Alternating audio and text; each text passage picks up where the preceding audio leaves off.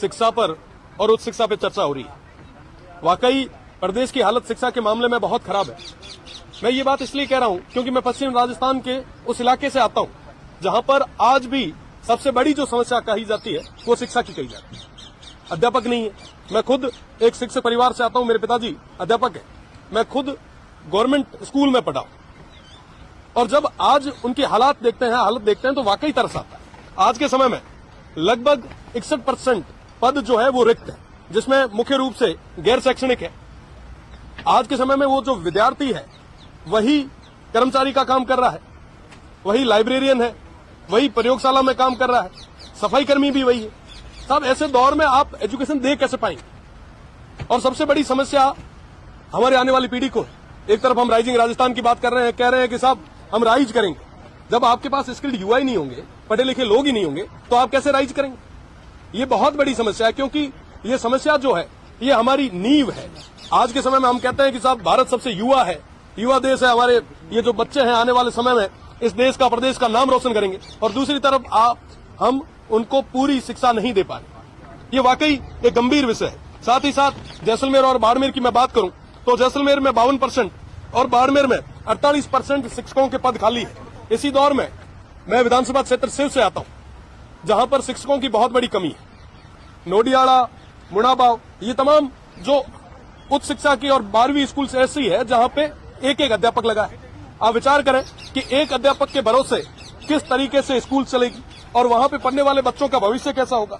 साथ ही साथ पिछले राज में जो स्कूलें कर्मोन्नत हुई उनके अंदर आज भी नए पद सर्जित नहीं किए गए।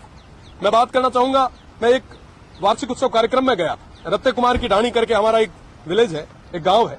वहां पे एक बच्चे ने कहा कि साहब हमारे यहाँ शिक्षक नहीं है, हमारे यहाँ नए पद सर्जित नहीं हुए। आप विडंबना देखिए कि 12वीं तक स्कूल है, वहां पे 6 अध्यापक है। आप कैसे सही गुणवत्ता वाली शिक्षा दे पाएंगे? साथ ही साथ कई सारे जो अध्यापक है हमारे, उनकी डीपीसी नहीं हुई है। वो लंबे समय से इस मांग को कर रहे हैं कि साहब हमारी डीपीसी करवाएं, उन्हें प्रमोट करें, पर आज भी वो हो नहीं पाया है। साथ ही साथ मैं अगर हायर एजुकेशन की बात करूं, हायर एजुकेशन की मैं बात इसलिए विशेषकर करूंगा क्योंकि मैं छात्र संघ अध्यक्ष रहा हूं। वहां के युवाओं की, वहां के विद्यार्थियों की पीड़ा को नजदीक से देखा है। आज पूरे राजस्थान में एक भी ऐसी कॉलेज नहीं है, एक भी ऐसी यूनिवर्सिटी नहीं है जहां पे प्रॉपर तरीके से क्लासेज लग रही है, ना कहीं पूरे तरीके से फैकल्टी है। और जो रिटायर्ड हो गए लोग, उनको पेंशन भी नहीं मिल रही।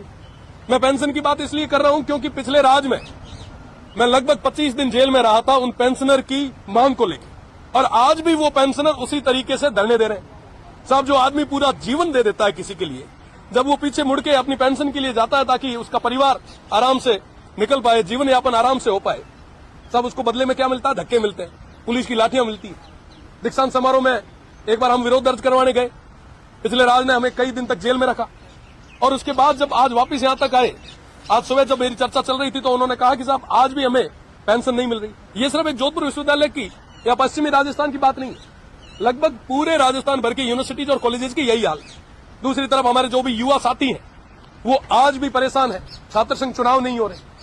तमाम लोगों ने, तमाम हमारे नेताओं ने, तमाम माननीय सदस्यों ने ये बात रखी कि आप छात्र संघ चुनाव कराएं, नए युवाओं को राजनीति में आने के लिए एक रास्ता खोलें।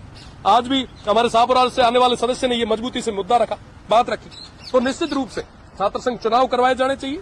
आप जब तक पूरे तरीके से शिक्षक नहीं लगाएंगे, नई भर्ती करके उनको उस पश्चिमी राजस्थान में नहीं भेजेंगे, तब तक मुझे नहीं लगता कि ये शिक्षा का जो एक स्ट्रक्चर है ये खड़ा हो पाएगा। अगर वाकई आप चाहते हैं कि हमारे आने वाली पीढ़ी मजबूत हो, तो निश्चित रूप से आपको नए संसाधन भी देने होंगे, शिक्षक भी देने होंगे, और साथ ही साथ इस व्यवस्था के लिए आपको मजबूती से काम भी करना है। धन्यवाद।